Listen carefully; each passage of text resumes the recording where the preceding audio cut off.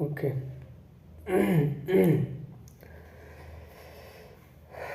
चलो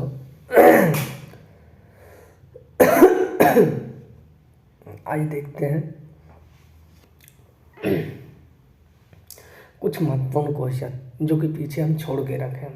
पीछे छोड़ के रखे हैं कहने का मतलब है कुछ क्वेश्चन खास होता है जिसको क्या है कि हम एक बार देखते हैं और आसानी से समझने की कोशिश करते हैं। थोड़ा वीडियो हो सकता है बड़ा हो, है ना, इससे कोई बड़ी बात नहीं है। एक क्वेश्चन था लेकिन उसकी जगह पर हम 2 क्वेश्चन लाए। 2 क्वेश्चन लाने का मकसद यही था कि अगर एक में नहीं समझा तो दूसरा में समझ जाएगा। ठीक है, तो एक तो है उदाहरण से और दूसरा है प्रश्नावली 1 के ए से। ठीक है, तो देखो समझने का बात यह है कि ये क्वेश्चन क्या है कि हर किसी के दिमाग से निकल जाता है। इसमें क्या है समझना है। अगर नहीं समझा तो ये क्वेश्चन बनाना थोड़ा आसान नहीं है हर किसी के लिए, है ना। तो हर किसी के लिए आसान नहीं है, तो थोड़ा ध्यान से समझना है।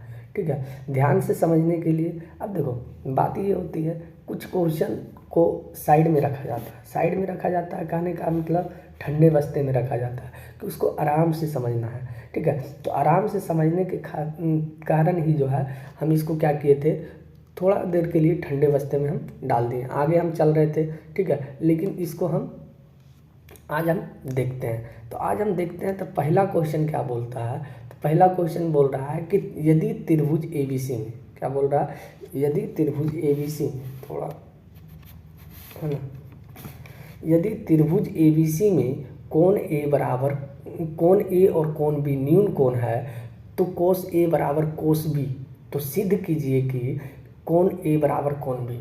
यहाँ बोल रहा है कि यदि त्रिभुज ABC में कोण A और B न्यून कोण है, यानी कहने का मतलब है ये अगर हम बात करें कि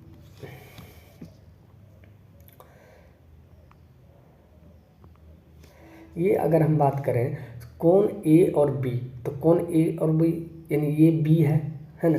कलर चेंज कर लेते हैं, हो जा कोण A और कोण B, तो कोण B ये है, तो ये कोण B और कोण A ये दोनों क्या है हमको सिद्ध करना है कि क्या है न्यून कोण। अब न्यून कोण क्या होता है, तो न्यून कोण एक देखो न्यून कोण जैसे हम त्रिभुज है, त्रिभुज के प्रकार में आता है क्या न्यून कोण। न्यून कोण किसे कहते हैं, तो न्यून कोण उसको कहते हैं जो 0 डिग्री से, है ना, 0 डिग्री से तो बड़ा होना चाहिए, यानी जो एंगल होगा थीटा जो होगा 0 डिग्री से बड़ा होगा और कितना 90 डिग्री से छोटा होगा। सॉरी सिंबल हम उल्टा दे दिए हैं। देखो कहने का मतलब क्या है कि सिंपल से फंडा है। अगर बात किया जाए न्यून कोण किसे कहते हैं, तो न्यून कोण कहते हैं 0 डिग्री से बड़ा होना चाहिए और 90 डिग्री से क्या होना चाहिए छोटा होना चाहिए। कोई दिक्कत, 0 डिग्री से बड़ा और 90 डिग्री से छोटा होना चाहिए, इसको हम क्या कहते हैं न्यून कोण कहते हैं। ठीक है, दूसरी बात अगर हम करें कि देखो अब यहाँ हमको इसको सॉल्व करना, तो सॉल्व करना तो पहला नंबर समझ में आ गया।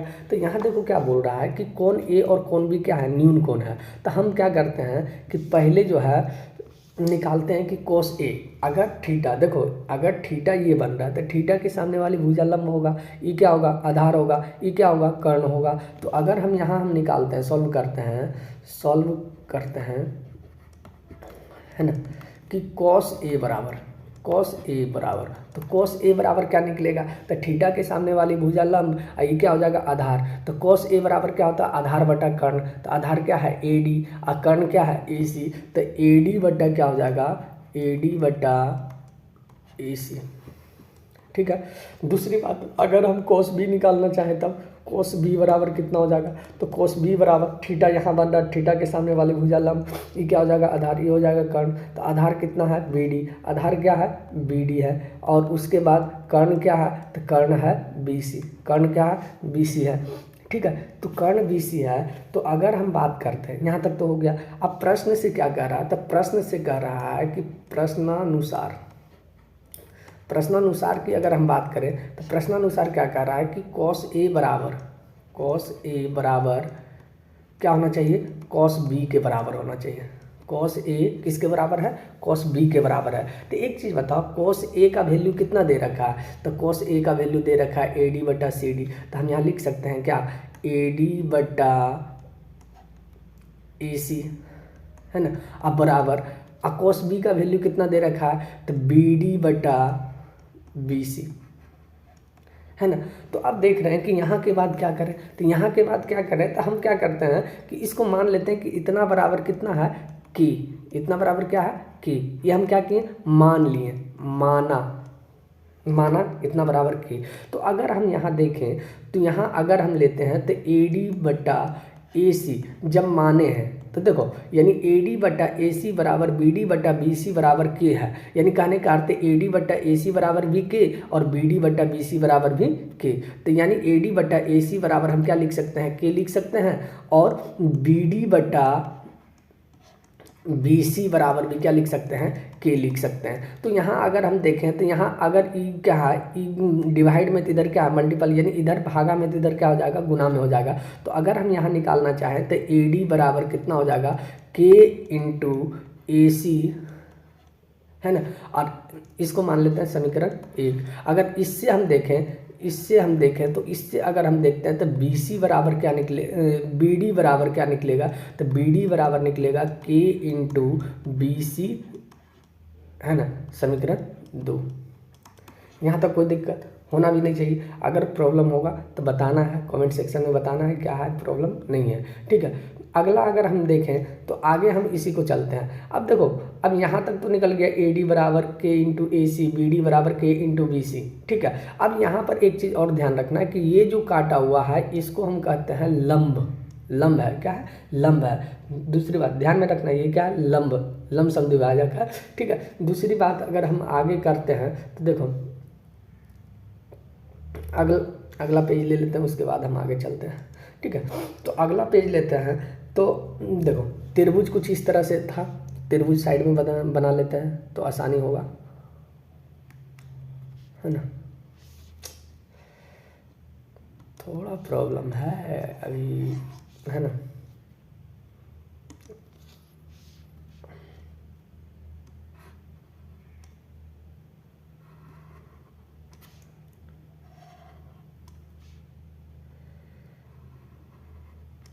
ये ए था, ये बी था, ये सी था, शायद हम सही हैं, ये डी था, ठीक है। यहाँ थीटा बन रहा था, यहाँ थीटा बन रहा था, न्यून कोण, ये क्या था, लंबवत था, यानी शीर्षलंब, ठीक है। अब देखो, अगर हम यहाँ से अब निकालते हैं, अगर हम लें कि समकोण त्रिभुज, अब है ना,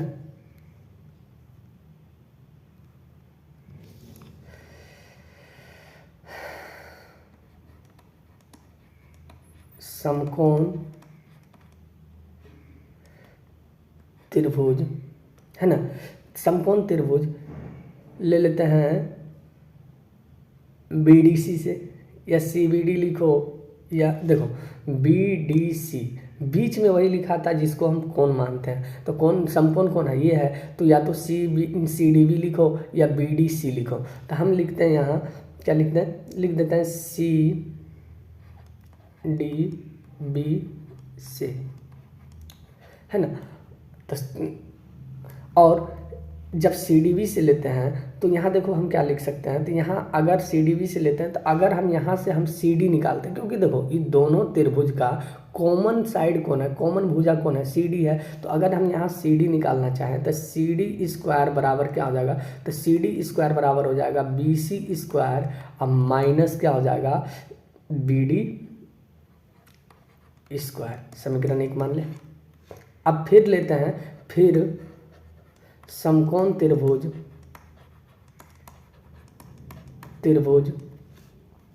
उधर 1 और 2 समीकरण मान चुके थे, तो इसको मान लेंगे 3, ठीक है। और त्रिभुज CDA से, तो CDA से लेते हैं तो यहाँ भी क्या निकालते हैं, CD स्क्वायर निकालते हैं। तो CD स्क्वायर बराबर क्या हो जाएगा, तो AC square minus AD square, AC square minus AD square. तो अब देखो समीकरण 4, अब बात करते हैं कि यहाँ भी सी डी स्क्वायर, तो सी डी तो बराबर है, तो सी डी बराबर है तो समीकरण और तीन और 4 को बराबर कर सकते हैं। तो हम चित्र से लिख सकते हैं, चित्र से 3 और 4 को बराबर करने पर, 3 और 4 को बराबर करने पर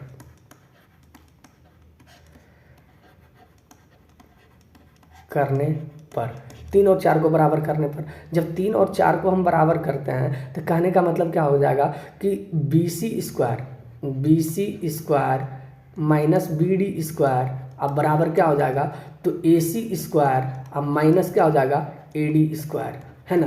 तो अब एक चीज़ बताओ यहाँ, अब देखो पीछे हम पेज में चलते हैं, क्या कि पीछे अगर पेज में हम चलते हैं तो देखो क्या दे रखा है कि ए डी बराबर K into A C, A D बराबर के इंटू ए सी, तो ए डी बराबर के इंटू ए सी है, तो ए डी का वैल्यू यहाँ रख सकते हैं, हाँ रख सकते हैं। तो हम यहाँ क्या करते हैं, बराबर ए सी स्क्वायर, अब स्क्वायर है तो दोनों में क्या हो जाएगा, के स्क्वायर इंटू क्या हो जाएगा, ए सी स्क्वायर। उसी तरह हम अब आगे चलते हैं, फिर पीछे देखते हैं कि क्या है, कि पीछे दे रखा है ए डी बराबर के इंटू ए सी, अब बी डी बराबर K into B C, B D बराबर के इंटू बी सी दे रखा है। तो अगर हम बात करें बी डी बराबर के इंटू बी सी, तो अगर बी सी स्क्वायर है ना minus K square into B C square हो गया।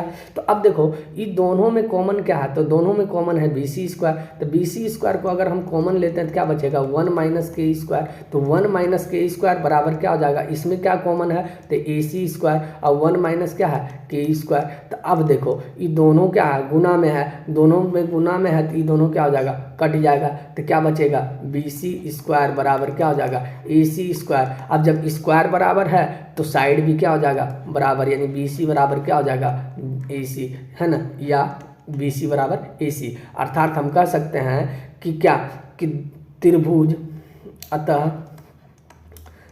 त्रिभुज क्या है, दो भुजा बराबर है, दो भुजा बराबर है तो हम कह सकते हैं अतः त्रिभुज क्या है, समद्विबाहु त्रिभुज है, समद्विबाहु त्रिभुज है, समद्विबाहु त्रिभुज है। अब समद्विबाहु त्रिभुज है तो हम क्या कर सकते हैं कि समद्विबाहु त्रिभुज है तो हम लेते हैं कि एंगल, है ना, एंगल सी ए बी, है ना, सी ए बी बराबर एंगल सी बी ए।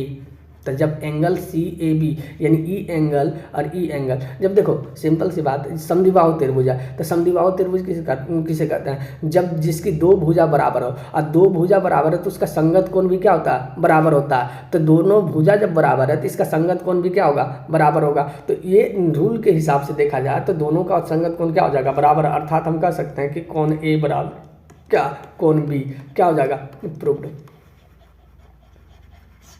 कोई दिक्कत होना भी नहीं चाहिए, ठीक है। तो ये कोई खास क्वेश्चन नहीं है, लेकिन क्या है, बहुत को दिमाग से निकल जाता है, दिमाग से निकल जाता है, दिमाग में आता ही नहीं है। पहला नंबर क्या है, दिमाग में आता ही नहीं है, और नहीं आता है तो बहुत बड़ा दिक्कत होता है। इसलिए हम इसको क्या किए, अलग से लेने की कोशिश किए।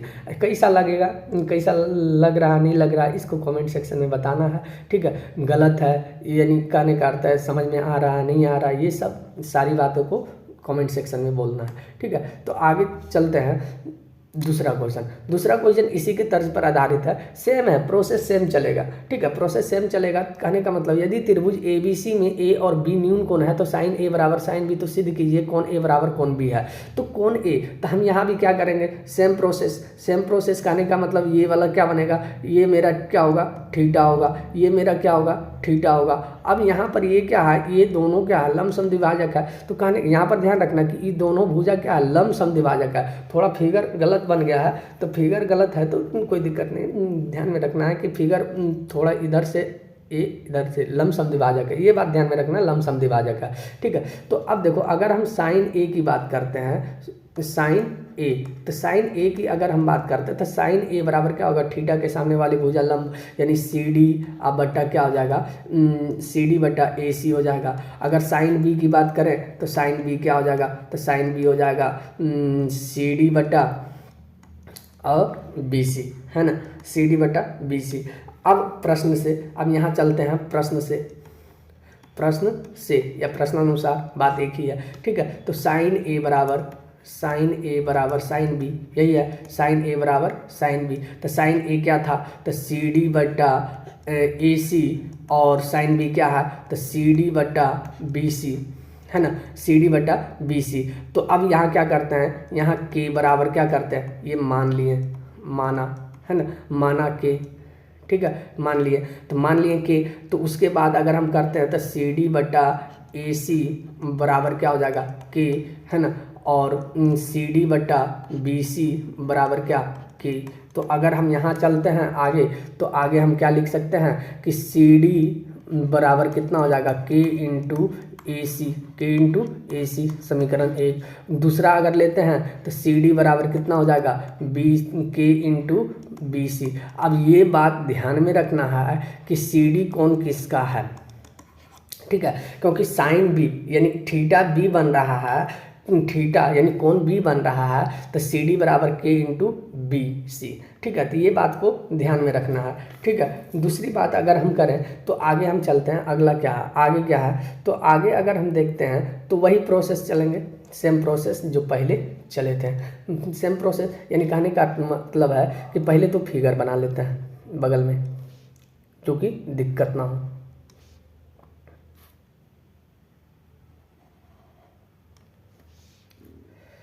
अब देखो इस फिगर में बराबर लग रहा है, ये 90 डिग्री है ना, तो ई ए था, ये बी है, और ये सी है, और ये डी है। तो अब देखो यहाँ पर भी अगर हम क्या करते हैं, दोनों में बराबर भुजा कौन है, तो दोनों में बराबर भुजा है सी डी। तो हम क्या करते हैं, समकोण त्रिभुज निकालते हैं सी डी बी से निकालते हैं। तो क्या निकलेगा, तो निकलेगा सी डी स्क्वायर बराबर, है ना, बी सी स्क्वायर अब माइनस बी डी स्क्वायर, है ना। तो अब देखो सी डी, अब ये क्या है, थीटा कौन बन रहा है, तो थीटा इसमें बन रहा है बी, और थीटा बी बन रहा है, तो इसका सी डी का वैल्यू कितना है, तो इसका सी डी का वैल्यू अगर देखें तो बी बन रहा है, तो इसका सी डी का वैल्यू के इंटू बी सी। तो हम चलते हैं यहाँ रख देते हैं इसका मान, है ना, यहाँ रख देते हैं। तो सी डी का मान रखते हैं तो क्या हो जाएगा, के स्क्वायर इंटू क्या हो जाएगा, बी सी स्क्वायर बराबर कितना हो जाएगा, बी सी स्क्वायर अब माइनस क्या हो जाएगा, बी डी स्क्वायर। हम क्या लिख सकते हैं, समीकरण 2 से, समीकरण 2 से। तो समीकरण 2 से अगर हम मान रखे हैं, तो अब यहाँ देखो ये माइनस में तो इधर जाएगा क्या होगा, प्लस में, ये प्लस में तो इधर जाएगा तो क्या होगा, माइनस में। तो बी डी स्क्वायर बराबर क्या हो जाएगा, बी सी स्क्वायर अब माइनस के स्क्वायर इंटू क्या हो जाएगा, बी सी स्क्वायर। अगर हम बात करें बी डी स्क्वायर बराबर कितना निकल जाएगा, तो बी सी स्क्वायर कॉमन ले लेते हैं, क्या हो जाएगा 1 माइनस के स्क्वायर, यानी ये यहाँ तक निकल गया। फिर लेते हैं, फिर समकोण त्रिभुज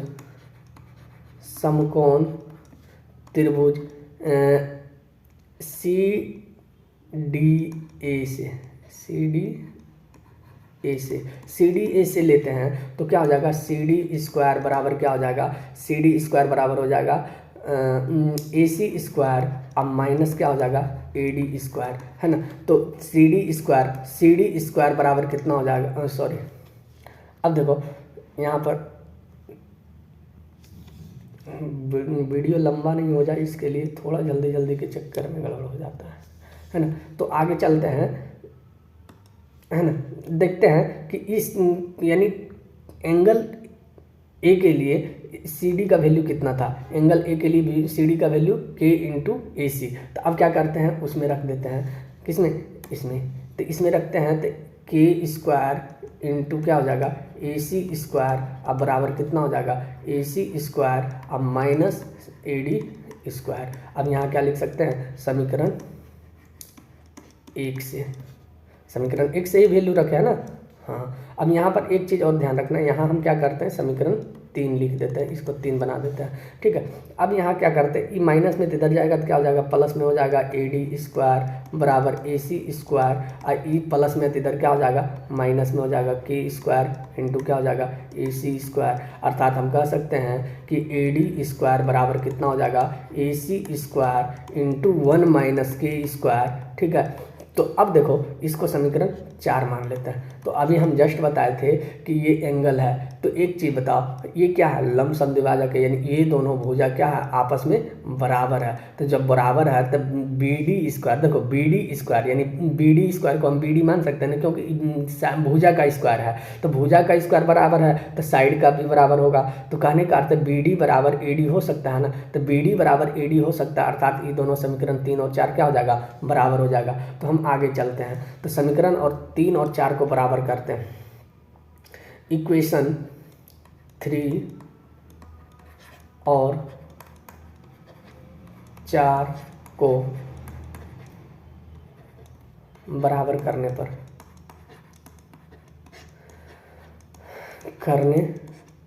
तो 3 और 4 को अगर बराबर करते हैं तो क्या हो जाएगा, 3 और 4 को अगर हम बराबर करते हैं तो 3 में क्या है, तो 3 में है BC² 1 minus K², BC² 1 minus K²,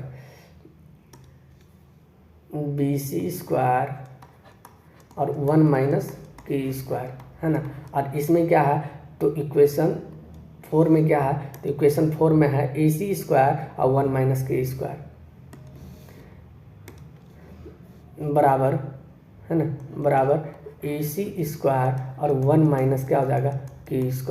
अब थोड़ा क्या करते हैं, कलर को चेंज कर लेते हैं, कलर चेंज करो है ना, कुछ यूनिक हो जाए, B से E खत्म, तो BC², अब BC² बराबर कितना हो गया, AC²। अब बताओ स्क्वायर, जब भुजा के स्क्वायर बराबर है तो भुजा भी क्या होगा, बराबर होगा, तो BC बराबर क्या हो जाएगा AC, तो BC बराबर AC। अतः हम कह सकते हैं, अतः क्या, अतः त्रिभुज क्या है, समद्विबाहु त्रिभुज है। अब समद्विबाहु त्रिभुज है, तो अभी पहले ही क्वेश्चन में बताएं कि जब दोनों साइड, यानी अगर एक त्रिभुज है तो ये त्रिभुज है, ठीक है, तो ये त्रिभुज है, अगर ई A है, ई B है, ये C है, अगर ये दोनों साइड बराबर है तो इसका संगत कोण भी क्या होगा, बराबर होगा। संगत कोण बराबर होगा यानी A बराबर क्या हो जाएगा, B। तो हम लिख सकते हैं क्या, अर्थात क्या लिख सकते हैं, अर्थात लिख सकते हैं कोण CAB बराबर कोण CBA, अर्थात कोण A बराबर क्या, कोण B, क्या हो जाएगा, प्रूव्ड। कोई दिक्कत होना भी नहीं चाहिए। और आज की सेवा यहीं तक, ठीक है, मिलेंगे फिर अगली क्लास में, अगला क्लास में मिलेंगे, ठीक है, जो है ठीक है। बाकी लाइक शेयर सब्सक्राइब करते रहें, ठीक है। आज की सेवा यहीं तक।